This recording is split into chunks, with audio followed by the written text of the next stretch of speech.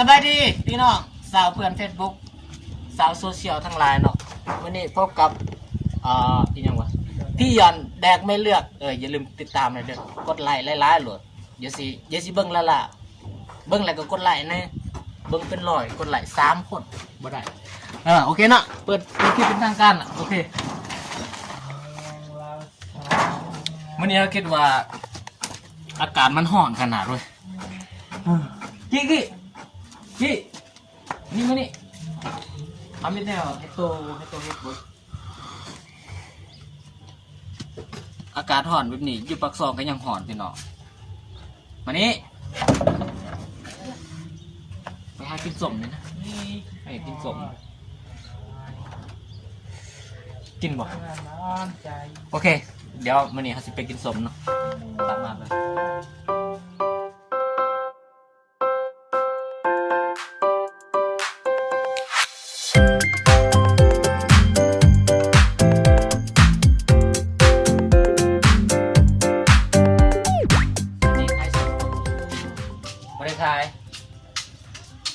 เขาจะกินมะม่วงกินเลยบ้านะกินกับแก้วเอา3 หน่วยนะ9,000โอเคในตอนนี้เขาก็มีมะม่วงอยู่3 ลูกโอเคตอนนี้เขาจะไปเฮ็ดส้มมะม่วงเนาะโอเคตามมันเลยตอนในการเฮ็ดแก้วเนาะแล้วก็ส่วนผสมของการเฮ็ดแจ่วมันก็มีอยู่ก็คือ1 หัวหอมแดงเนาะแล้วก็จะมีน้ำตาลทรายแล้วก็ข้าวคั่วแล้วก็พริกป่นแล้วก็ผงนัวแล้วก็ปลาแดกเนาะเอาง่ายๆเอาไปเฮ็ดอย่างไรโอเคขั้นตอนไปทำเฮ็ดเลยขั้นตอนต่อไปก็คือเขาจะซอยหัวหอมเนาะโอเคซอยเลย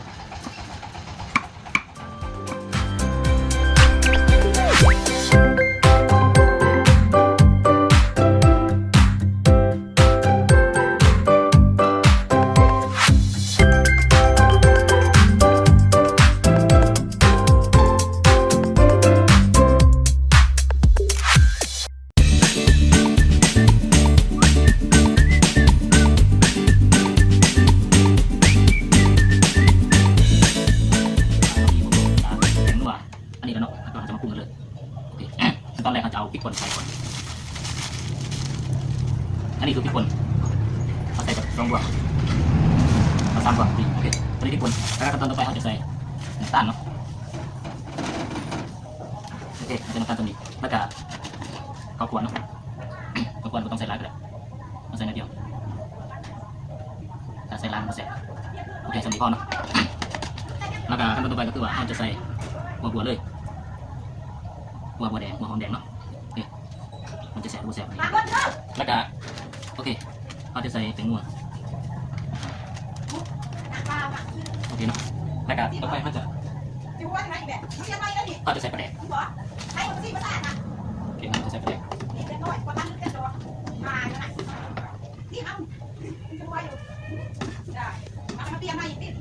ลาแดกนี่น้องกันเลยครับตอนนี้เติม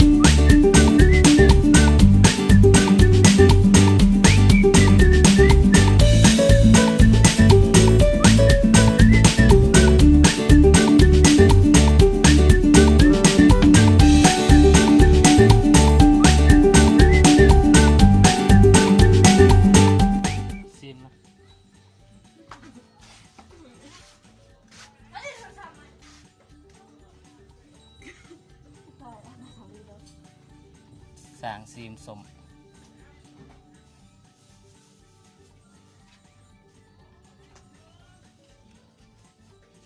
มันทั้งรสชาติเนี่ยตีซีมมัน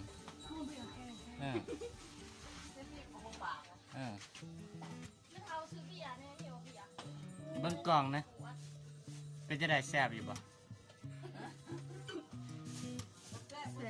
แซ่บบ่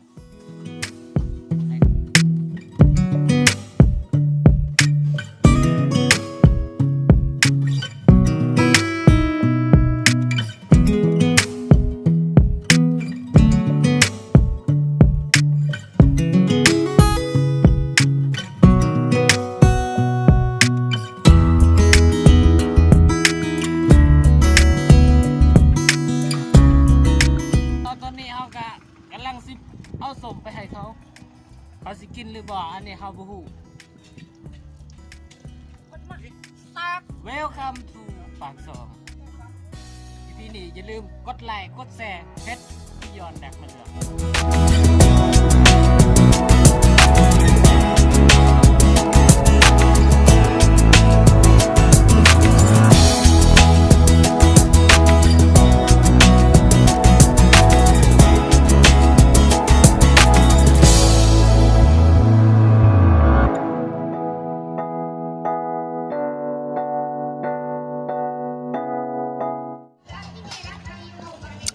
โอเคตอนนี้เราจะกินทำอิฐคำแรกนี่ต่อคุย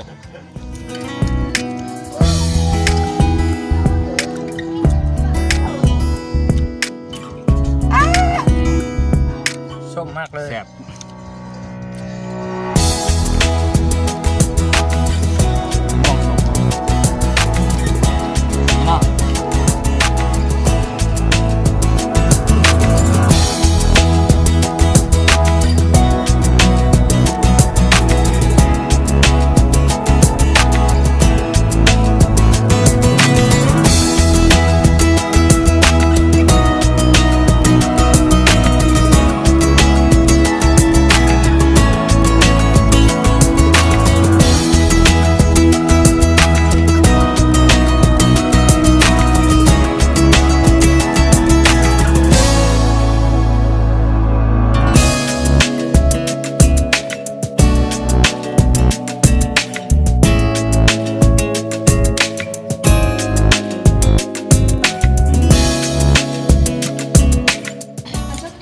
อย่าลืมกดไลค์กดแชร์วิดีโอนี้เด้อให้ถึง 10,000 ไลค์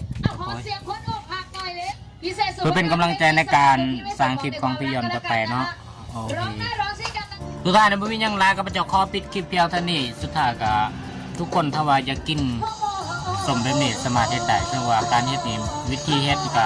ง่ายๆก็บ่ได้ยากปานใดเนาะการกินมะม่วงนี่มันก็มีอยู่เป็นหยังเกินว่าแจ่วมะม่วงนี่มันมีอยู่หลายแจ่วเนาะแต่ว่าข่อยเลือกเฮ็ดแจ่วก้อยเนาะมันจะมีพริกป่นแล้วก็เนี่ยมันจะมีพริกป่นแล้วก็ข้าวคั่วแล้วก็ขั่วผักบัวแล้วก็แป้งนัวแล้วก็น้ำตาลเนี่ย